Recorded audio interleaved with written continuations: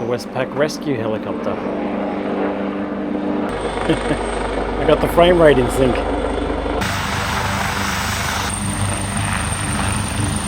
G'day, Dylan O'Donnell from the Byron Bay Observatory here, and I'm back after the cleanup after Cyclone Alfred. So sorry about that break in transmission, but what happened is I had to clear out the whole observatory because of this impending cyclone.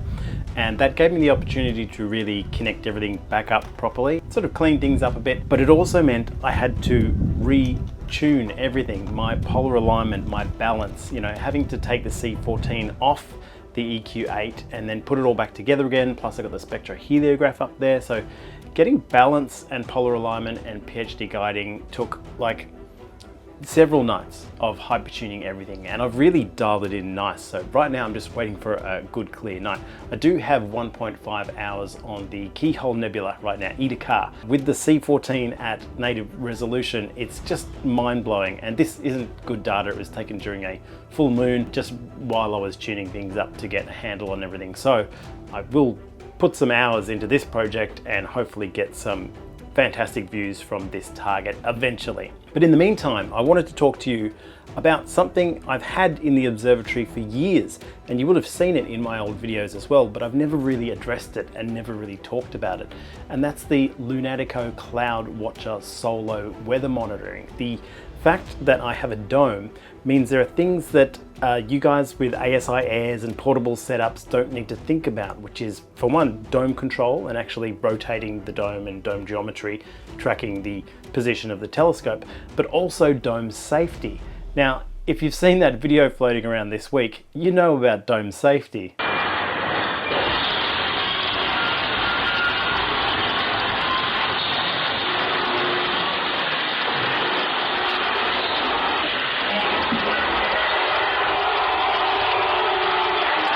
I reposted this video on Twitter because my reaction when I saw that video was absolute heartbreak, and some people were freaking out about the expense of the equipment. I don't think that equipment looks too expensive, and in fact it looks like the room on the other side might have been a way worse disaster had the rolling roof gone that way.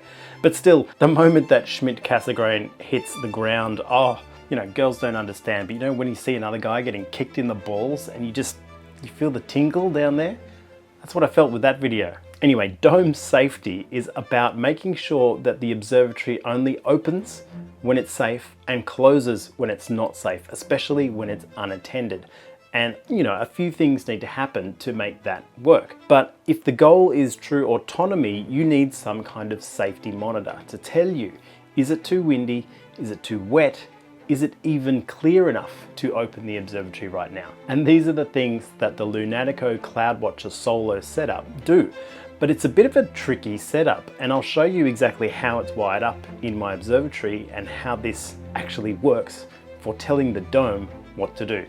My name is Dylan O'Donnell, and you're watching Star Stuff.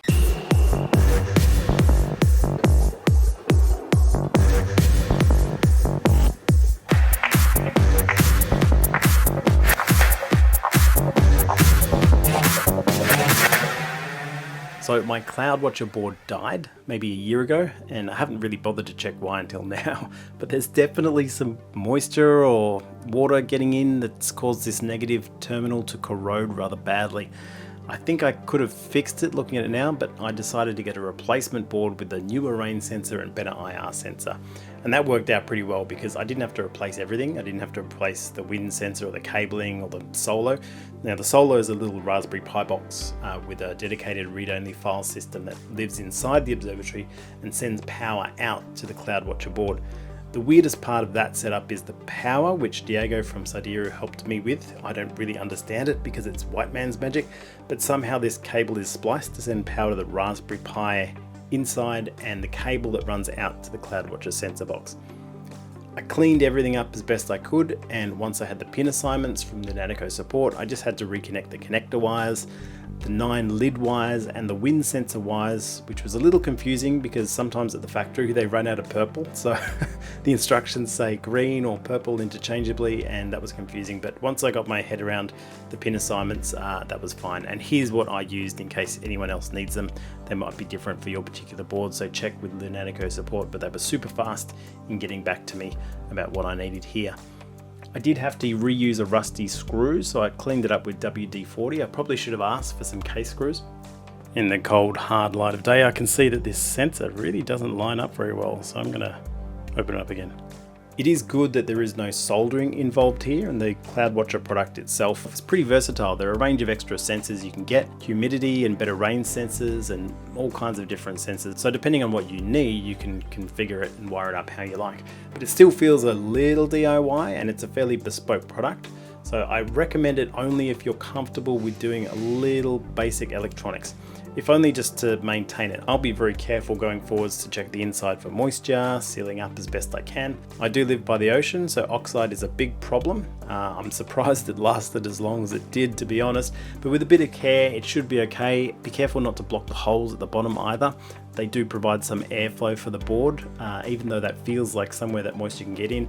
The unit's own heat can actually, internally heat the unit and keep the components dry too. So it's okay to have these holes as long as they're not fully blocked up. And I do recommend coming back and checking, maybe opening up and just making sure everything's okay now and then. But hopefully this all works.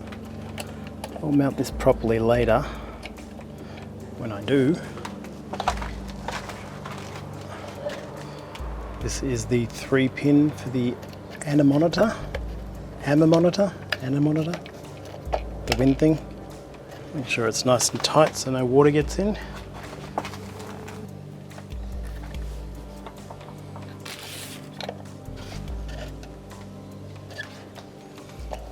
Alright, hopefully that's better. Hell yeah, I am getting data, which you can see here. Initially, the data I was a bit suspect about. So you actually have to go in and calibrate things a little based on your conditions. Now there are a few offsets you can set, and you can obviously set your own limits in the configuration screen. All the configuration happens in a web interface now, which is fantastic, including the update interface. So you can update the solo itself, set your limits, set your offsets, and you even have access to something called K-factors, so you can change the maths that it uses for determining certain things, which I just fed into ChatGPT and let it come up with a better set of numbers that I could use. But let me just run through the setup super quickly. The Solo sits inside the observatory. It's got power and Ethernet internet access in there.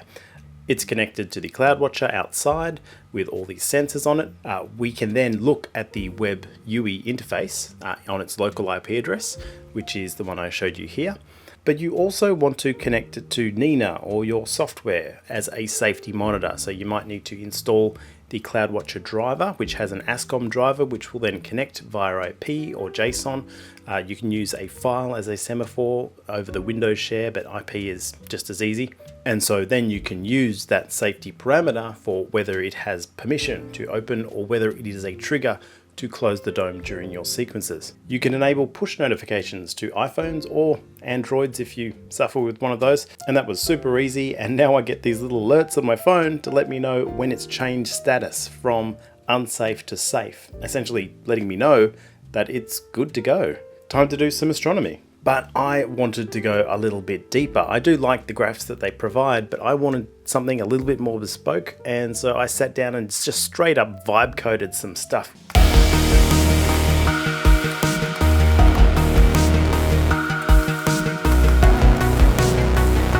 Using Python to pull the data into an MSQL database on my web server via this secret page that it has with all the data over the last 48 hours. My code then takes all of those and inserts them into the database if they haven't already been inserted. And then I have a backup of all the weather data, and I was able to make my own set of graphs with my own limits and my own values, and I can do whatever I want from this point onwards. And this happens on the public internet, so if you did want to share your Cloudwatcher data, your weather data locally, you don't have to give people your private IP address or do port forwarding with your public IP address or anything like that.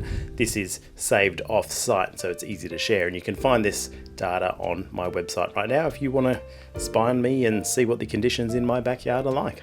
That's it. Sorry for the detour. I just wanted to explain that Cloudwatcher product because I had been using it for years before it failed, and then this was the repair process, and I'm back up and running and I couldn't be happier. I'm really trying to get the most out of the Cloudwatcher product as possible, and now that I've got these graphs doing bespoke stuff for me on the side. I think I've done that. And with that, I am back up and running and looking forward to bringing you some photos of space again soon. I hope your astrophotography journey is going well. My name is Dylan O'Donnell and you've been watching Star Stuff. And remember, everything is meaningless and we're all going to die.